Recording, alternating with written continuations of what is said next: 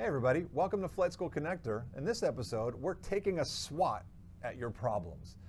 This is Chris Moser, as always, Senior Director of Flight Training Education here at AOPA, and I'm glad to be joined by Dan Justman, our Vice President of You Can Fly Programming. Glad to have you here, Dan. Thank you, Chris. Happy to be here. My first Flight School Connector. This is exciting. I know, it's pretty cool, right? It is. It's exciting. All right, and then of course behind the scenes, as always, we've got Stephen Schroeder, our coordinator. Hey, say hey, Stephen. Hey, Steven.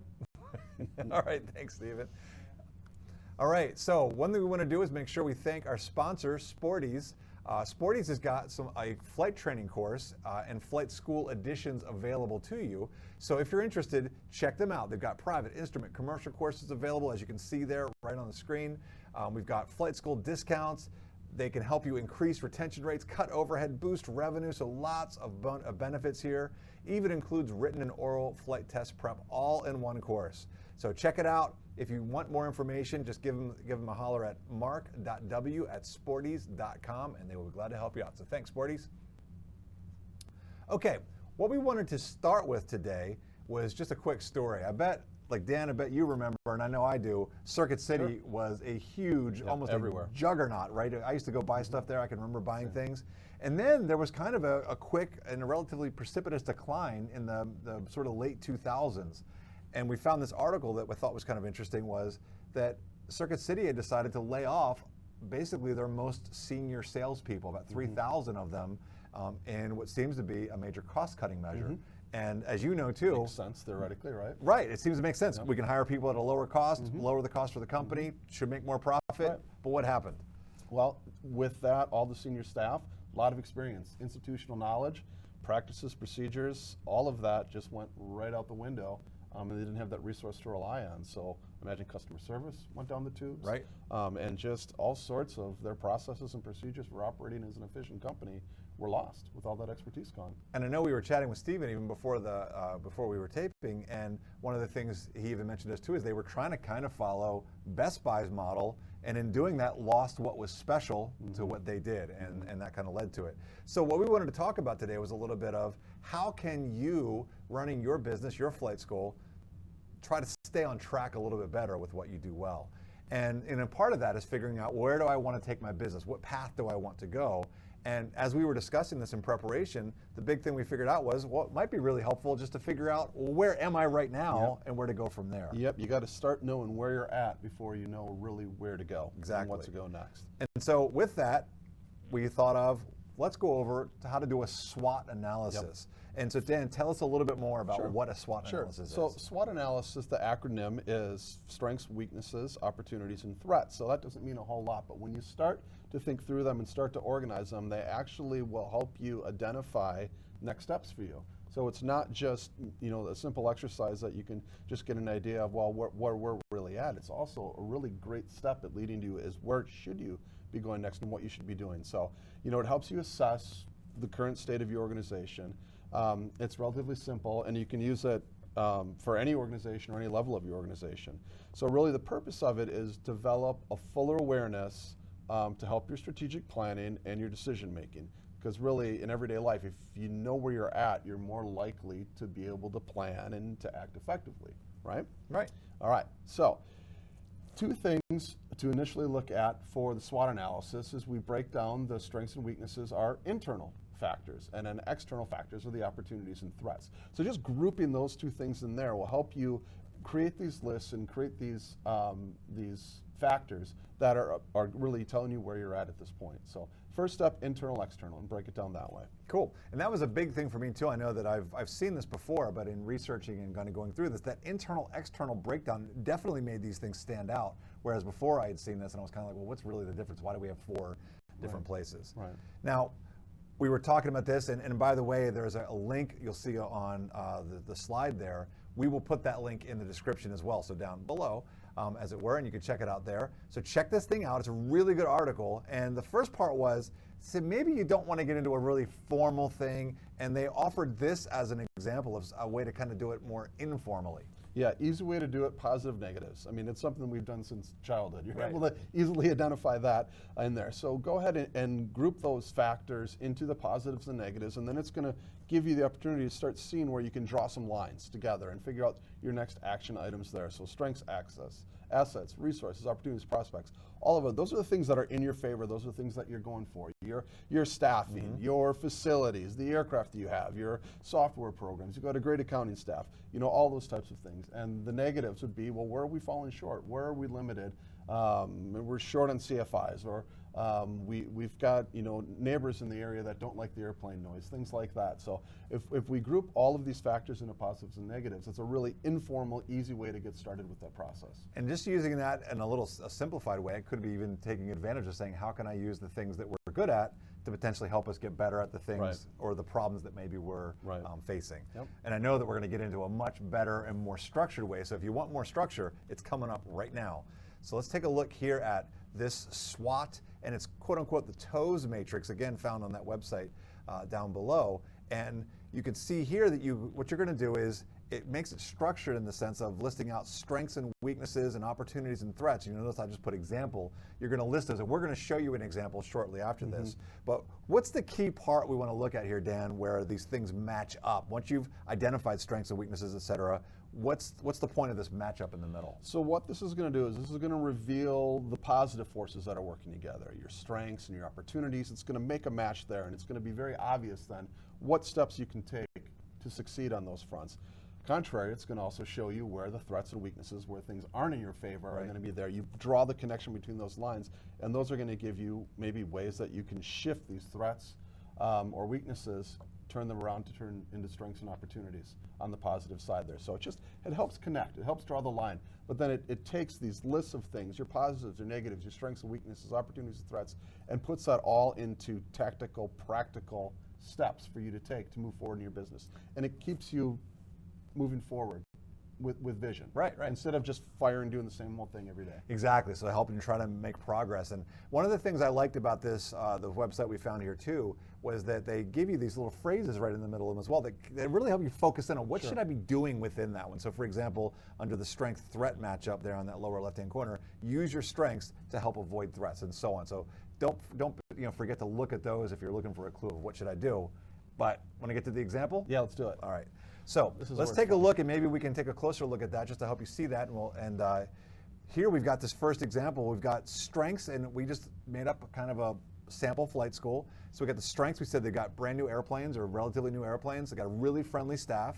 On the weakness side, this will be the internal factors. We're short on CFIs, which is a really common problem we know, and tight on space. Yep.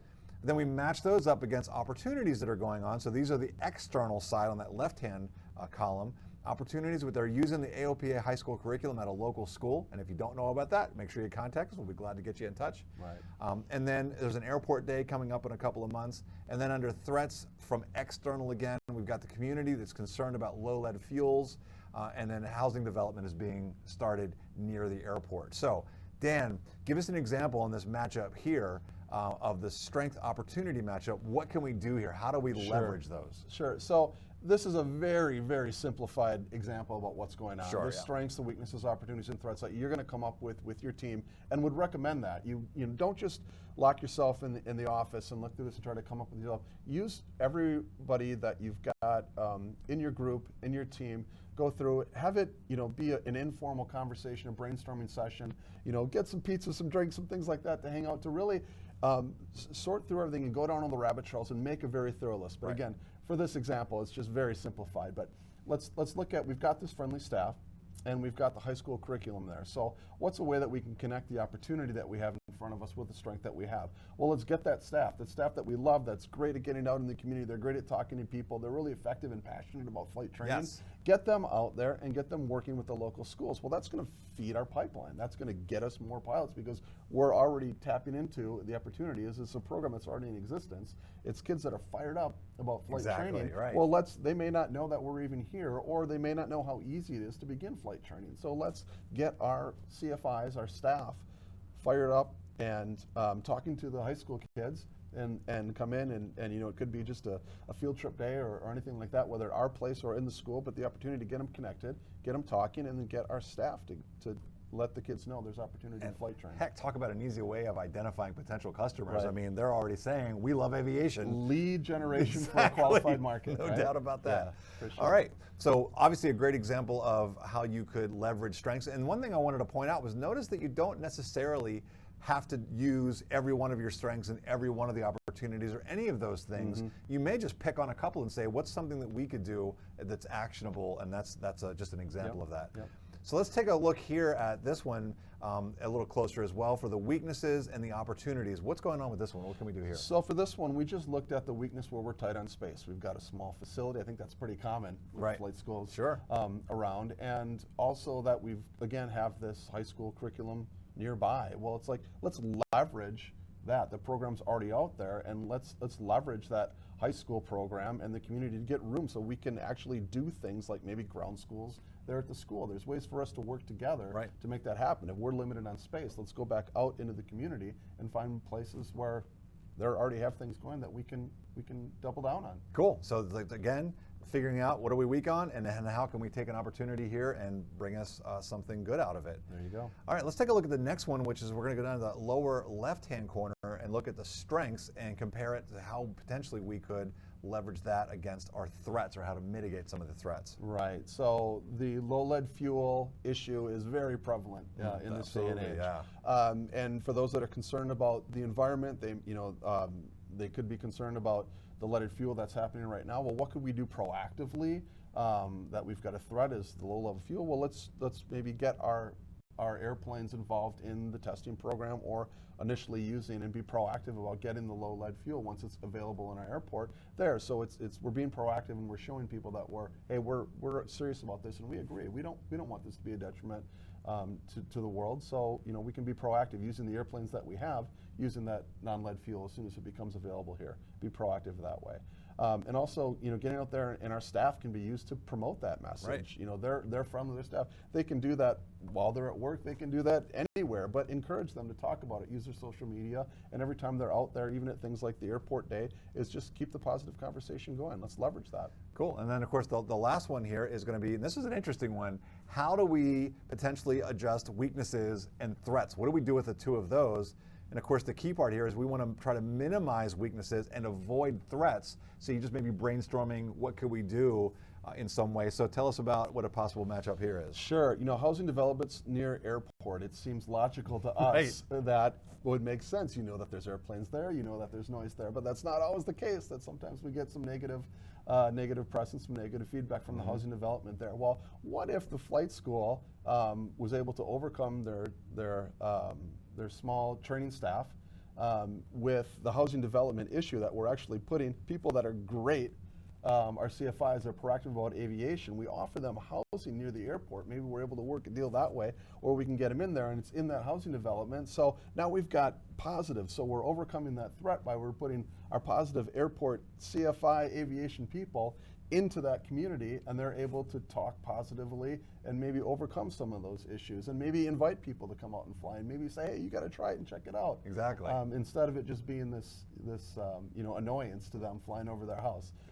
And then also that helps encourage CFIs to come and check out your school. This is what a great deal. Yeah. We've got housing is affordable and available in the area. That may be a great place for me to do my training. Not even just or the to CFIs, train. but it could be students as Sure, well, like you sure. said, right? Yeah, So yeah. the same deal. Exactly. So that is kind of a simplified example of what to do. And as you mentioned already, and I know it talks more about that in the article that we mentioned, we'll put that in the link below, is that you want to work with your whole team. This is like you could do this by yourself, but you'll probably get better results by leveraging, talking to your staff, whomever there might be. Get your team to help you do this analysis. Yeah.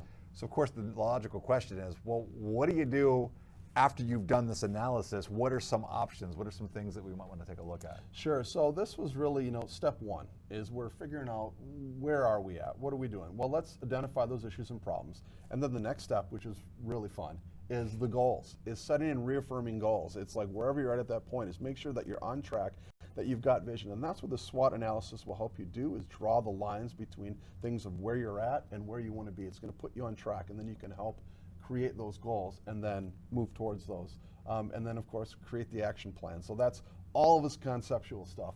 Put it into a plan, get it down on paper, and then move forward. And we can talk about those in future episodes, right? Exactly, that's the plan. All right. Let's talk about some of these in the future episodes. So again, there's that website. Check it out in the link below.